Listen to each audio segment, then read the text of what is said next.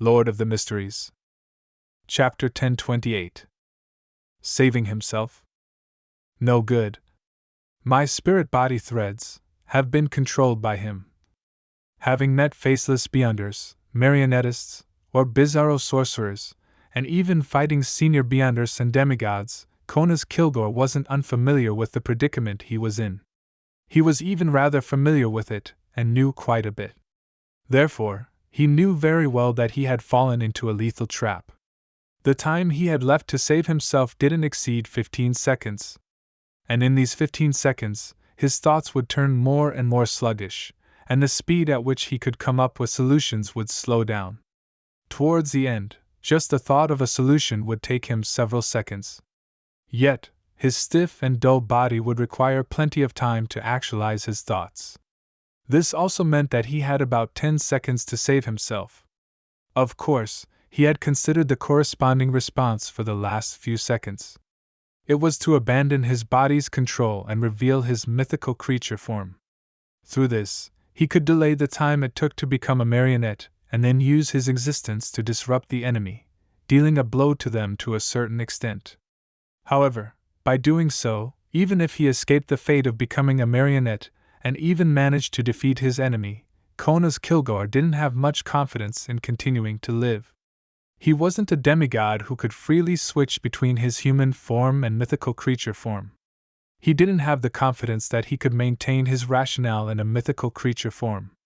In other words, the outcome of escaping the fate of becoming a marionette by releasing his mythical creature form likely meant that the human, Konas Kilgore, would die, while a monster of the same name would occupy his body. Because of that outcome, Konas Kilgore wouldn't make such an attempt unless it was necessary. While his thoughts weren't too sluggish, and with how he could hear Reaver's shout of despair in his ears, this demigod of the military quickly came up with his first plan to save himself. He moved his right thumb at a speed that couldn't be considered slow. Earl of the Fallen, magnify. Konas Kilgore didn't wish to magnify a particular state of his or the attack of a particular sealed artifact. Instead, it was used to magnify Reaver's shout of despair's side effects. This special revolver allowed the wielder to hear the roar of despair from time to time, a rather serious blow to creatures without godhood, easily pushing them to the brink of losing control, to madness, to a mental breakdown, or mind blanking. And at sequence 4, the effects of the roar was greatly mitigated once his body possessed the characteristics of a mythical creature. To Konas Kilgore, this roar was enough to turn his mind adrift and generate irascible mood swings. It didn't have much of an effect on him, and he had already gotten used to it. And at that moment, he wanted to magnify the roar of despair to a state where even a demigod wouldn't be able to tolerate it. He wanted to use the pain that came from this psychic piercing in his mind to escape the state of having his spirit-body threads being controlled. As magnify didn't need any obvious actions, it was quick to show its effects. Opposite him, Gehrman Sparrow, who held Death Knell and wore a half-top hat, was floating in midair with strong gusts of wind swirling around him. He didn't make it in time to stop the Earl of the Fallen from successfully using this beyonder power.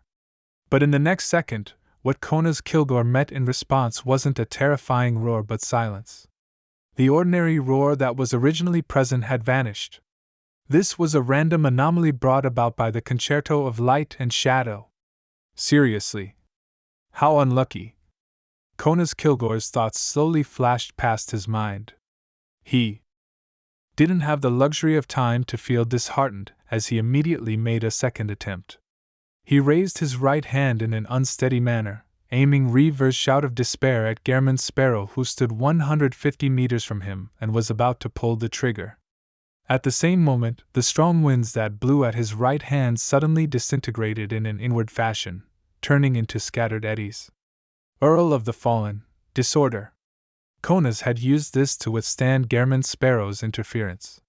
Following that, there was a series of thumping sounds.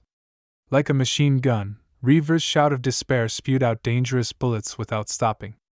Gehrman Sparrow's black trenchcoat covered body jerked repeatedly, but he wasn't hit. The bullets grazed his outline and flew into the distance, shattering the windows and walls, causing one of the buildings to collapse in silence. Bang! Bang! Bang! Bang! Bang! The subsequent bullet storm continued their barrage, and finally, Gehrman Sparrow was struck repeatedly. Amidst splattering blood, Gehrman Sparrow kept struggling and shaking in the strong gust of winds like a paper figurine, looking as though he was about to tear apart at any moment. Bang! Bang! Bang! The strange revolver finally stopped its roar. And apart from his head, Gehrman Sparrow was riddled with nasty gaping holes. Typically speaking, this was definitely a state that only the dead had.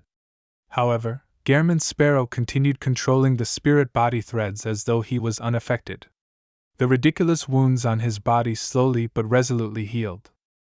This was the effect of flower of blood. This Gehrman Sparrow was actually a ninny. The reason why he didn't die in that storm-like attack was because he had released all his accumulated luck. It was also because Kona's Kilgore was sufficiently unlucky. And the roar of despair that the bullets brought forth was nothing to a marionette. Seeing that the violent attack failed to achieve the desired effect and that the amount of time he had left to save himself dwindled, Kona's Kilgore followed his thought-out plan and slowly relaxed his 5 left fingers without any thought. The iron-skin pocket watch left his palm and dropped to the ground. At such a critical moment, Kona's Kilgore decisively gave up the concerto of light and shadow and made it stay far away from the battlefield so as to avoid the effects of its random anomalies. Next, he might only have 1 or 2 chances to save himself. If another anomaly were to happen, the outcome was irreversible. The sealed artifact, which was a mixture of half-order and disorder, quickly plummeted to the ground. Kona's Kilgore moved his fingers with great difficulty as he faced Gehrman Sparrow, whose wounds were quickly healing. He originally had 2 choices. One was to use the third method he had originally thought of to save himself, an action that only required a mere thought. The other was to magnify his enemy's injuries and make him die on the spot.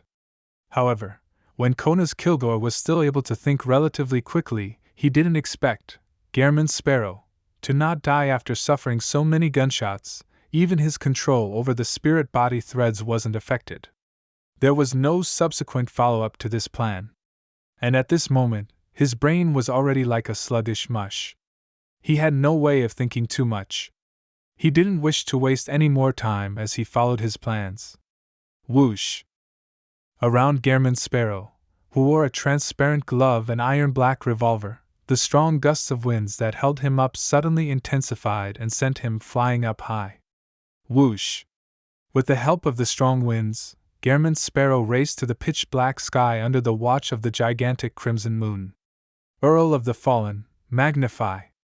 The strong winds that helped Gehrman Sparrow fly had been magnified into a hurricane. This way, the distance between him and Kona's Kilgore would stretch beyond 150 meters. That would terminate the process of turning the latter into a marionette. Seeing his goal achieved, Kona's Kilgore, who had yet to regain his freedom, had his expression turn complicated bit by bit. The hurricane rapidly expanded and swept over to him, engulfing him and throwing him high into the sky. It made it impossible for the distance between him and Gehrman Sparrow to open up. He was truly unlucky. Under the night sky, amidst the moonlight, the 2 figures became smaller. Soon, the hurricane returned to normal as their momentum slowly diminished. Seizing this opportunity, Kona's Kilgore's nearly frozen mind had another idea. Stop! He stopped maintaining his power of flight and used gravity to plummet down like a meteor, doing so in order to rapidly open up a distance from Gehrman Sparrow. Then, he ignored Gehrman Sparrow's ability to control the wind and pursue him. He slowly pulled his left arm in front of his body like it was filled with rust. It was the action of closing a door. He wanted to use an Earl of the Fallen's distortion to create a wall-like seal in the air, putting an obstacle between Gehrman Sparrow and him, so that he couldn't carry out his pursuit. At that moment, the marionettes, the Gehrman Sparrows who were still alive underneath him, raised their left arms and made the gesture of firing a gun. Bang! Bang! Bang! Bang! Bang! Bullets shot out, enveloping Kona's Kilgore in midair, After the shockwaves dispersed, Kona's Kilgore was covered with several bloody holes. Due to the pain and the jolting of his body from the first few bullets striking him, he had finally snapped out of the state of having his spirit-body threads being controlled. The speed of his thoughts rapidly recovered. Following that, he disordered the subsequent volley at the critical moment, and distorted his injuries, preventing himself from dying. All he suffered were serious injuries. And Gehrman's sparrow, who had many mystical items and was swooping down from above, he was obstructed by the invisible wall. He failed to catch up. With another distortion, Kona's Kilgore's descent speed slowed down as he gently landed on the ground. Before he could do anything else, his body froze again as he stood stiffly on the spot. He felt that his hands and feet were resisting him and not listening to his commands. He felt that there was an unfamiliar object hiding in his body. Then, he saw a figure walk out of Mager Manor's master bedroom under the gigantic crimson moon's illumination and stand on the balcony. He had black hair and brown eyes, wearing a silk top hat and a black trench coat. His facial features were pronounced, and he was another Gehrman sparrow. This Gehrman sparrow's right hand had the gesture of firing a gun. He then pulled back his hand and blew at it. That was Klein himself. What he shot out wasn't an air bullet but a parasite bullet delivered with an air bullet's might. It was a parasite bullet created from a worm of time that Amon's avatar had left behind.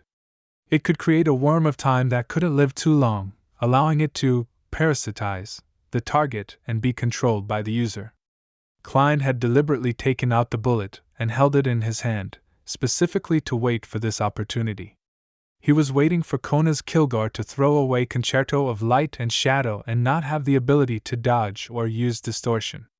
The former was predictable when the Earl of the Fallen's spirit-body threads reached the state of initially being control. This was because he couldn't allow the random anomalies to influence his attempts to save himself, and the latter was all about patience. Just moments ago, his patience had paid off. A chance appeared. Klein was the first to raise his hand and shoot. Without the random anomalies affecting the outcome, he had accurately shot a parasite bullet into Kona's Kilgore's body. If the thing that had previously taken effect wasn't a deceit bullet but a deprivation bullet, then the strategy would be different.